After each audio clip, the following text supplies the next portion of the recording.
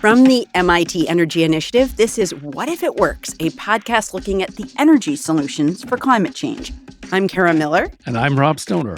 And this is What If It Works. We're going to talk in a few minutes about some cutting-edge ways to take carbon out of our world. Well, why would you want to do that? Carbon dioxide, of course, is a powerful greenhouse gas that contributes to climate change. In fact, its levels in the atmosphere have increased nearly 50% just since the 1950s. The Earth does have biological systems that can remove carbon, but they cannot keep up with the sheer scale of the stuff that is being dumped into the atmosphere from industrial systems, from our various modes of transportation, and on it goes. So, what ideas do scientists and engineers have for removing it? We will get to that. But first, to get a sense of where this whole line of thinking got started, you've got to go back at least to the mid-1980s. In 1985, an incredibly well-known scientist, a star in the general public, named Carl Sagan, testified before Congress. We're very pleased that you would take the time out of your schedule to come to a place like Washington where everything seems to be living in today and not in tomorrow to share with us your particular view of how our past and our present may well affect our future. Carl, thank you very much. Sagan was an astronomer at Cornell who had narrated a big series on TV called Cosmos. And he showed up in D.C. in 1985 to testify about climate change, which was just starting to get on more and more people's radars. The power of human beings to affect and control and change the environment is growing as our technology grows. And at present time, we clearly have reached the stage where we are capable, both intentionally and inadvertently, to make significant changes in the global climate and in the global ecosystem. A few years later, in 1988, NASA scientist James Hansen would also warn Congress about the fact that the climate was changing. And that was right about the time that our guest today, Howard Herzog, arrived at MIT. The first summer I was here back in 1989, I came here to work on a variety of energy projects, but the first summer I was here, there was a researcher here from Japan actually doing nuclear research, but some of his colleagues back in Japan asked him a question: can you capture carbon dioxide emissions coming out of a power plant? Howard is an engineer, a senior research engineer here at MIT. He has now written a book called Carbon Capture. He's the co-author of an upcoming book on carbon removal. And this struck him as a very interesting question. Can you capture CO2 emissions coming out of a power plant? Three of us formed a team and issued a report and said, yes, it is feasible. Cost a little money, but you can do it. And we published, and we were one of the first people to publish in this area. There were a few other groups publishing, and that field eventually became known as carbon dioxide capture and storage, or CCS for short. But that first project led to another project at a big research needs assessment for the Department of Energy in 1992 with some co-authors here at the, back then it was called the Energy Lab. And that just kept going. After about 10 years, it was the major part of my research portfolio and has remained that way for the past 25 years or so. During that time, Howie has seen the interest in climate change grow. We organized a big symposium called Energy and Environment in the 21st Century. So that was back in 1990. And our big keynote speaker was Al Gore, and he was a senator. And all I remember him talking about was this trip underneath the Arctic ice in a submarine. But he has also seen interest in climate change splinter. Back then, it was a bipartisan issue. It was the first George Bush that was president when the Framework Convention was to be ratified. That came out of the Rio back in 1994. He signed it. I forget, it was overwhelmingly approved by the Senate. So it wasn't a political issue back then. It became that over the years. I can't pinpoint anything, but I think all of our politics has become more polarized, and this was just part of the polarization, which is too bad because, it affects everybody, red states, blue states. It's not something that's easy to solve unless you have everybody on board. To really have good climate policy, it really has to be bipartisan and bought in by a majority of the people. And unfortunately, that's not where we're at today. We're going to talk about pulling carbon out of the atmosphere. But to know whether that makes any sense, you really have to think about how much it costs to both put carbon into the atmosphere and to pull it out. Fossil fuels, Howie says, are a pretty great energy source. And if you don't acknowledge the fact that they've got a downside by putting a price on them, people will turn to them, which is logical. Europe has put a price on carbon, which can go up to $100 per ton of CO2, Howie says. But of course, people are resistant to pay that kind of tax. It's going to cost more to reduce our carbon emissions, but the real question is, if we don't reduce our carbon emissions, what's the cost there? And that cost can be high. But still, there's a lot of interest in removing carbon dioxide from the atmosphere. So what do the range of options look like once the carbon's already out there? Howie laid it out for us. There's two ways to get CO2 out of the air. Okay. One is biological, and that's through photosynthesis. Plants do this all the time. They record the CO2 level in the atmosphere at the Mauna Loa Observatory. If you look at that, it's not a straight line. It's squiggles going up and down. In the spring, all of a sudden, the plants come to life, and they suck up a lot of the carbon dioxide. And when they die in the fall, it goes back up. And you can actually see it in the measurements in the atmosphere. I saw a visualization of this, I have to say, at the MIT Media Lab. Rachel Connolly, who works on NASA stuff. It was amazing. During the spring and the summer, there's so much less carbon dioxide in the air, right, than in the winter when there's just so many fewer leaves to suck it up. Yeah. And for people who think, well, there's a southern hemisphere too, but most of the land's in the northern hemisphere, and that's what really controls that. And the measurements are being made in the northern hemisphere. So you have photosynthesis, and the other is chemically. And the way you do it chemically is you do it with what I call alkali. And alkali just means it's a chemical that's basic. And CO2 is an acid. So think of when you're a kid and you did the volcanoes with baking soda and vinegar. Vinegar is an acid, baking soda is a base, and they react together. Same with alkali and carbon dioxide in the atmosphere. The problem is we don't have alkali lying around. Why don't we have alkali lying around? Because if it was, the CO2 in the atmosphere would react with it and neutralize it. So we have to create it, and that costs money. And there's several ways to create this alkali. And so what you have are things like direct air capture, which uses a sorbent. Talk about things like enhanced weathering. People talk about liming the ocean. Lime is a alkaline material. I've heard of weather forecasting. What is enhanced weathering? I'm sorry, it's that enhanced rock weathering. Okay. The way that nature takes CO2 out of the atmosphere is by reacting with alkaline rocks. And a lot of these alkaline rocks are silicate-type rocks. And the problem is the time scale for this is 100,000s of years. So that's slow. So there's always been a slow removal of CO2 into rocks over time. But they want to enhance that. They want to get this thing from taking 100,000 years to taking days. Pressing fast forward on nature. If I could take this rock and really crush it up so it's fine, so a lot more sees the air, it will speed up the reaction. But the problem is to crush it up that fine, it takes a lot of energy.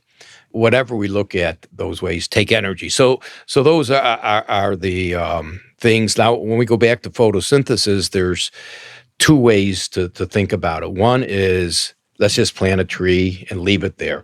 And so there's a concept called stocks and flows. Stocks means how much you have in a given place. Flows is the flow going between. So what we're doing with climate change is we have flows of CO2 in the atmosphere, primarily from our fossil fuel use, and that increases the stock of CO2 in the atmosphere. Some of that will get also absorbed in the trees and vegetation in the ocean, but about half of it stays up in the atmosphere. So if we stop emitting CO2 today, we stop the flow, but the stock is still up there. That's the issue. That's why it lasts a long time. And it's the stock that's in the atmosphere that determines how severe climate change is going to be, how the temperature rise and the other impacts.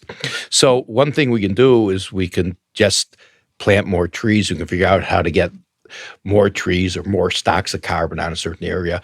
Actually, the soils contain about twice as much carbon as the trees and vegetation. So if we want to get into there, wetlands, for instance, contain a real lot of carbon. And, a lot of the wetlands have been degraded over the years. So restoring those wetlands could really absorb carbon. So that puts it all in the atmosphere. Okay. But we can also harvest the carbon from the trees and the vegetation and do other things with it. One thing people talk about doing is making biochar, which is like a soil supplement, and putting that in the soil.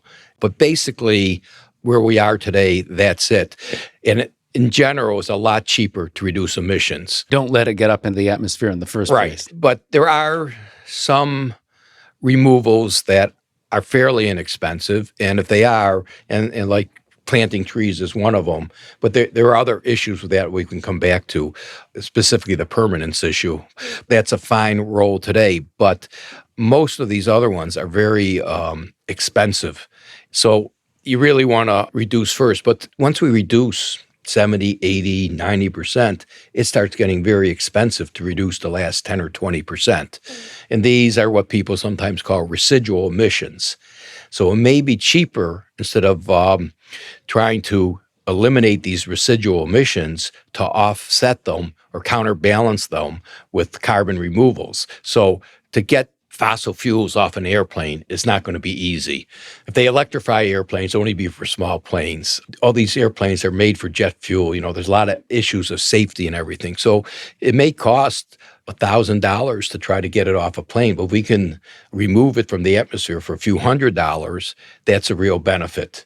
So the IPCC, which is this international panel of scientists to which you belong or have belonged at times, chartered by the UNFCCC, the United Nations Framework Convention on Climate Change, has become very clear in their last couple of reports about just what that removal rate has to be by the middle of the century. And they're talking about something like 10 billion tons a year net are going to have to be removed by us and put somewhere where it can't get back into the atmosphere. Are you saying that that's overstated because they're underestimating how fast technology I'm saying will there's a lot of uncertainty in that number.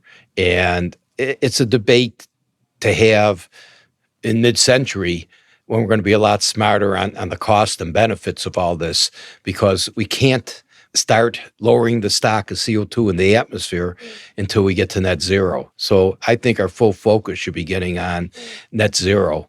And, we haven't been reducing emissions fast enough. And I don't think it's good to say, oh, that's okay, because if we overshoot, we'll be able to remove it. Yeah. And then they try to prove it. I think we should focus on reducing our emissions as quickly as feasibly possible. There's technical feasibility, but there's also political feasibility here. That should be our focus. And, we're developing these things to remove it from the atmosphere right now, and we should continue doing that. Modeling out to 2100, has a lot of So we assumptions. We create the technologies. And I know that you've gone around the world visiting some of the startup companies that are trying to perfect technologies that can work. What have you learned, and what are your feelings about what they're doing and the odds that we'll really have the capacity? Well, I think you're what I focused on a bit recently is direct air capture. Yeah. And I don't know how many companies are out there, but I think it's probably over 30. Yeah, DAC, they call it, direct air DAC. capture. And I have visited a couple of the leading companies, and there's one company, Climeworks, is actually doing it. So what air are we talking about here? Are we talking about air that comes out of like power plants? Are we talking about just like the regular air around us? It's just that regular air around us. These are big machines, and they push the air through the machines with big fans to move it. But basically, the air is pretty much the same everywhere. It's has about 420, 430 parts per million CO2. It goes through the machines, and it comes out the other side. They take out maybe 60 to 75% of the CO2 in the air that goes through the machines. Wow. So then if that works for getting the carbon dioxide out of the air, Why are we not running these machines 24/7, every country? Is this the solution? Well, that's what some people would like, and that's why Yeah. this technology has sort of become a darling with billions of dollars being invested Okay. in it. But the bottom line, it's very costly. So we talked about like the European trading system having a carbon price of about $100 per ton. If you go online today to Climeworks' website, you can buy offsets, and the cost there is $1,500 a ton of carbon. So that's a lot of money. Is that because they're gouging consumers when they buy No, carbon offsets? actually, they may be charging less than the real cost. So is the deal then that, okay, yes, they can run these machines 24/7, but it's going to cost them so much to do it, we can't afford and it? it's not just money. It also costs a lot of energy.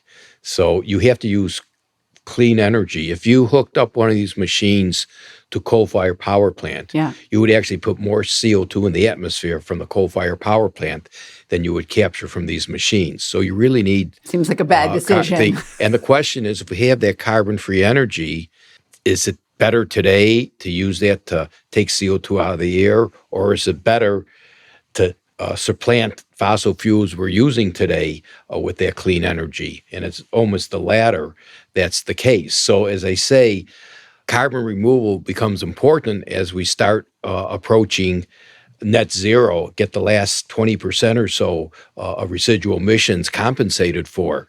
But today, where there's a lot cheaper ways to reduce emissions, that's where our focus should be. And some people call things like direct air capture, a dangerous distraction because of that, because we're not focused on reducing the emissions today.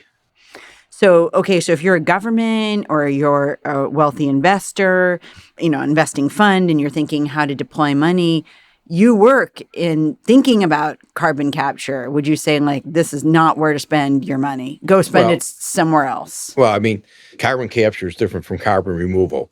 I'm saying that I think there's good reason to invest in carbon removal today to develop the technology.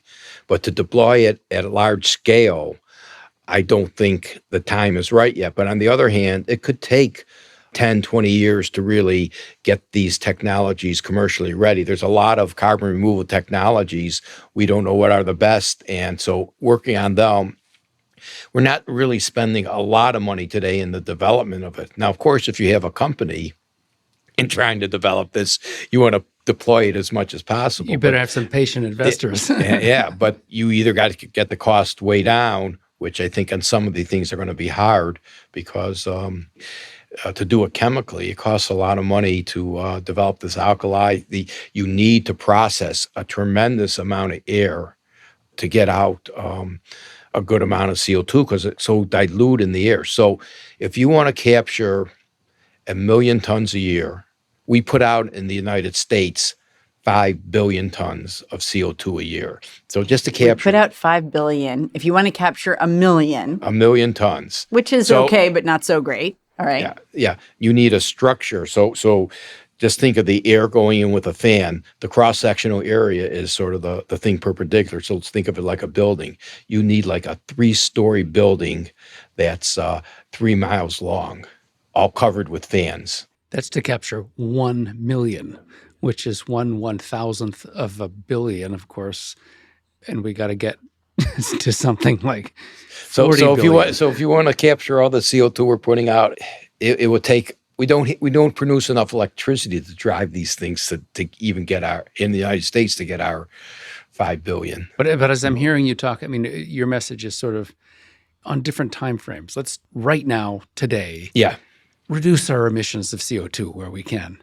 But in the future, when we need to start doing removals, use the low-cost options available to us, like growing biomass, making biochar, sticking it in the ground, and then look to the future when we might have the electrical capacity and the efficiency in these machines to start doing it actively. Correct. So it's this tiered system, and we're buying time. The whole right.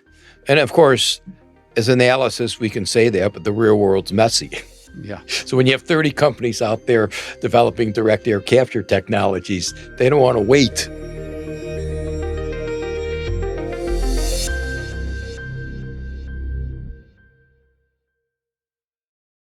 So there's direct capture, but I mean, a lot of our colleagues here lately have been talking about the idea of direct ocean capture, DAC and DOC. Yeah. What's the idea there? In a given volume, there's, maybe 100 times or a little over 100 times more carbon in that volume of water than in the air. Wow. Why? Why? Because water is 1,000 times denser than air. Okay. So You got to that move. doesn't- You got to move. that It's the doesn't, same amount of mass. that's what drives it, but that doesn't guarantee you anything. Actually, the mass fraction in air of carbon is higher than it is in the ocean. Also, in the ocean, it's not in the form of CO2. It's dissolved carbon as carbonates and bicarbonates primarily. And so therefore, the technology to get it out is different. And once again, from things that I've read, this is very early stage of this, but what I've read on the subject so far is it takes a lot of energy, and maybe even more energy than direct air capture. Right. But from what you were saying earlier, because the carbon is more concentrated in the water, the volume of water you have to move through is much smaller. Yes. And therefore, the machine is much smaller. Not necessarily. Oh. Why? Well, it depends on how it comes out. And the main thing that they're using to have it come out now is electrochemistry. So your cross-sectional area is smaller, but it takes energy to move air, but it also, when you're putting these through electrochemical devices, those devices take a lot of energy too. Not necessarily to move the air, but to get that carbon out of there. Then there's a whole problem. Once you get the carbon out of a certain amount of seawater, you got to put the seawater back in the ocean. What does that do? Because would that affect the ocean flux with the atmosphere? Will that give you environmental impacts? When you're taking it out of seawater, you're changing the chemistry of that bit, and when you put it back in, that's going to have some impact. So we got to really understand that. Plus, it's tough enough getting a permit for a wind turbine.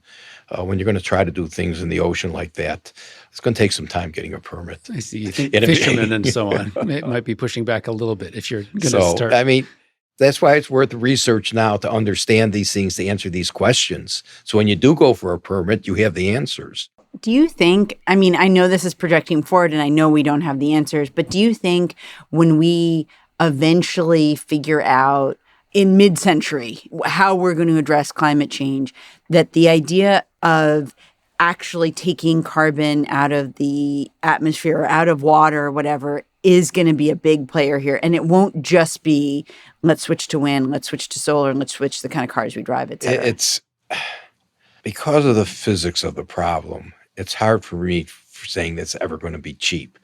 But what are the impacts? So we talk today, they talk about the social cost of carbon, which is really, people give numbers to it. We don't know. But what the concept is every time we emit some carbon dioxide to the atmosphere, there's a cost of that. It impacts from climate change. So if we want to remove it in the future, there'll be benefits. How much are those benefits compared to the cost of removing it? That's the decision people will make at that time and say, is it worth doing that? I keep an open mind about it, but I don't feel strongly one way or another. I just hope we decrease emissions fast enough so it's not going to be necessary for us to remove. That we don't get to much. your research yet. Like you're the just in case research. Well, no, I mean, I started on carbon capture, and I think carbon capture is a way to reduce emissions to the atmosphere. We're using more coal today. I mean, coal keeps increasing. The U.S., we're, closing coal plants, but China, India are still building it. Mm-hmm. People are always going to want energy. And, the question is, for them to do their emissions, capturing a power plant can be cost effective. And that's a lot less. But I think once you build up carbon capture and get the supply chains right, you can do it for under $100 a ton at a power plant. From a power and maybe even get it closer to $50 a ton.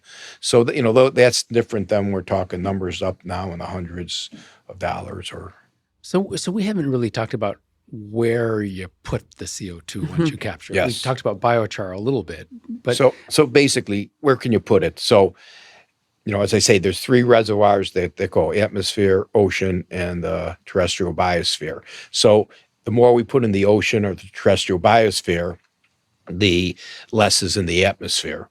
Planting trees is one way to keep it in the terrestrial biosphere. Biochar is another way to do that. And once again, those are issues of permanence. Will you really keep it there for the length of time you need, or will things like pestilence and fires, disrupt some of it, or even changes in land use? But, you keep up there, at least that has the effect. The other places are, like I mentioned, enhanced rock weathering. You turn it into rocks, or you can put it back into geologic formations. So these geologic formations are where we take out oil and gas. We can put them into those same reservoirs, or there's a lot of geologic formations and a lot more of these than oil and gas reservoirs that are basically deep, and they're filled with brine. You want to go over 800 meters deep. That's the way the CO2 stays in a dense phase, a liquid-like phase. You can put them in those geologic formations, and hopefully, we've had the oil and gas stay on the ground for literally millions of years, so hopefully that's a permanent solution. So those are what you can do. Is there enough space down there? I mean, do you have reservations about the limits of There's sequestering carbon? There's a lot of space down there. The theoretical space is very large. There's two issues. One, how much of that theoretical space can we use? And secondly, it's not everywhere. It's in all parts of the world, but it's not in every place. So, for instance, here in New England, we don't really have a lot of that formation. A lot of those formations are where you see oil and gas production today. We do potentially have some capacity here in New England offshore, but it hasn't really been explored, because the places people have explored underground are where they're trying to get out fossil fuels. I guess that's another big application of CO2 once it's captured, to use it to pump into active oil and gas reserves to produce more efficiently. CO2 is good at, you pump CO2 into an active oil reservoir, what they call mobilize the oil.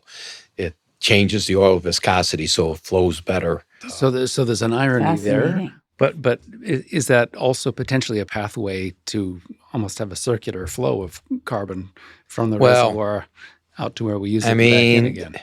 It depends. Nonsense? You can maybe produce carbon neutral oil that way, but that's not a negative emission, or in the long run, is you really got to cut back. But what that's been useful for, it's been a stepping stone to help some of these initial projects, which are financially challenged to begin with, because it helps the finances of those projects, because they can actually sell the CO2 and get a little money for it. In fact, Occidental Petroleum, but what was it? Carbon engineering. Carbon engineering, correct. To do precisely that. To inject carbon into their wells to so get more oil the out. atmosphere to produce more oil, with the idea that it's a stepping stone, I guess. We'll just say Oxy's a little more bullish on all this than I am.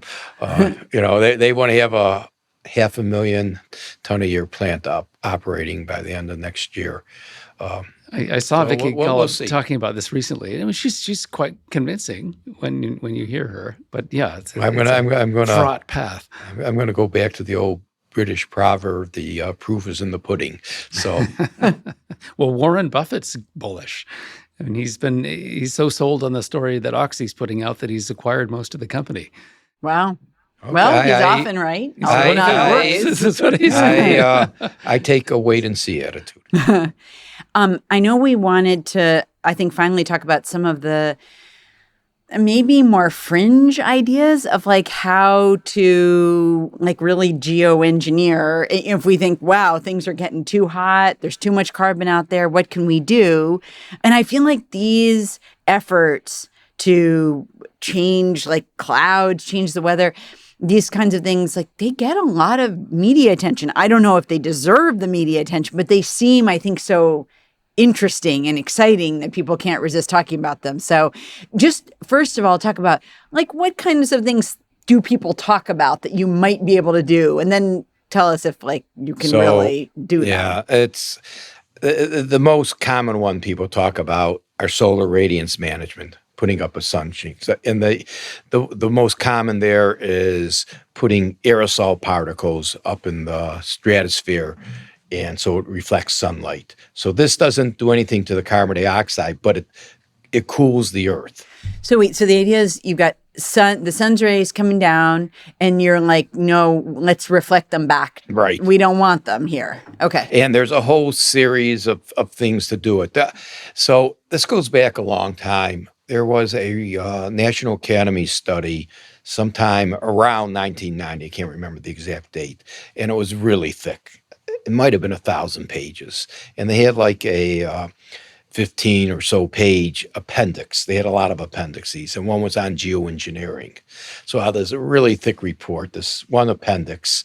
There was an article, and I have still have the article in my drawer, an article in Newsweek called The Wings of Icarus, a 2-page spread.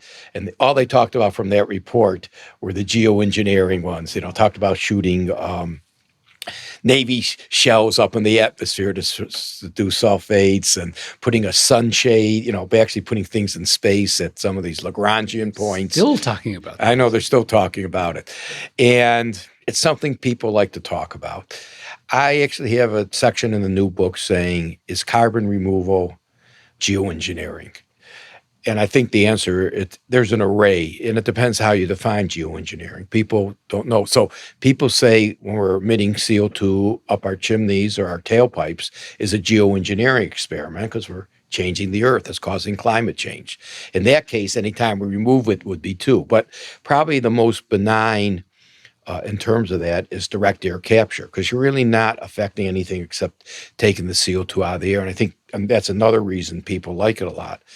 On the other extreme is this ocean alkalinity enhancement, where you're putting alkaline subjects in the ocean so you can get more carbon stored there. Accelerated sort of dissolution of CO2 into the ocean. Yeah, when you put more alkali in the ocean, it will absorb more CO2 from the atmosphere. And also, it will neutralize a little of the ocean acidification that's being caused by the extra CO2 going in the ocean right now. So it looks pretty interesting, but there's a lot of questions on what the impacts. So it'll be something that goes slow. But that really is geoengineering. Even though once again, you are affecting the CO2 in the atmosphere, as opposed to trying to, when you're trying to manage the solar radiation, there's no guarantee it's going to be an exact match. So some places it may make climate change impacts worse, while make it better in other places. And then, of course, I would suggest you become a lawyer so you can take all the law cases suing the people that did the solar radiance. It sounds like you're skeptical. And it's also, I would think, impossible to test many of these things out.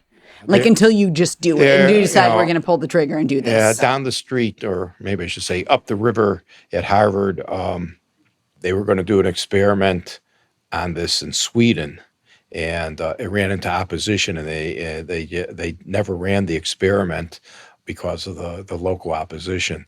I think it's hard to run an experiment on that. There's research you can do to better understand it. The best experiments are natural experiments. So when a volcano erupts, that's basically what they're trying to do. So we have data from that. But it's what I said in my first book, geoengineering is a Hail Mary pass in football.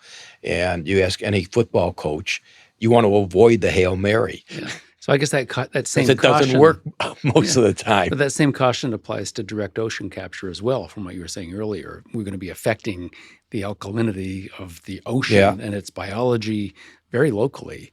And that's right. That could have real impacts. I think, unlike capturing it from the atmosphere, the dilute nature of what's in the atmosphere is actually advantageous. So I think when you work in the ocean, you are much more on the geoengineering fringe than, say, planting trees or restoring wetlands. So can we do it? I mean, can we use these techniques to address this increase we have in our emissions and head off climate change? Or is that even the right way to think about it? There's a person that I worked with in the past from Oak Ridge named Greg Marland. And once again, this is back 25 years ago. He ran a little symposium, and in the morning it said, can we geoengineer the climate? And then the afternoon session was, should we geoengineer the climate? What could possibly go wrong? So I think the most important thing we can do now is reduce emissions as quickly as possible. And so maybe I can end where the last statement of the new book we wrote. And the best way to remove CO2 from the atmosphere is not to put CO2 in the atmosphere in the first place. Great advice. Howard Herzog is a senior research engineer at the MIT Energy Initiative. He's the author of the book Carbon Capture and of an upcoming book on carbon removal. Howard, thanks so much for being here. Thank you.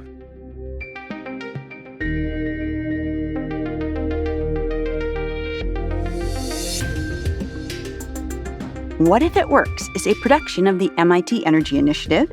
If you like the show, please leave us a review or invite a friend to listen. And remember to subscribe on Apple Podcasts, Spotify, or wherever you get your podcasts. You can find an archive of every episode, all of our show notes, and a lot more at energy.mit.edu/podcasts. And you can learn more about the work of the Energy Initiative and the energy transition at energy.mit.edu. Our original podcast artwork is by Zeitler Design. Special thanks to all of the people at Mighty and MIT who make this show possible. I'm Kara Miller. And I'm Rob Stoner. Thanks for listening.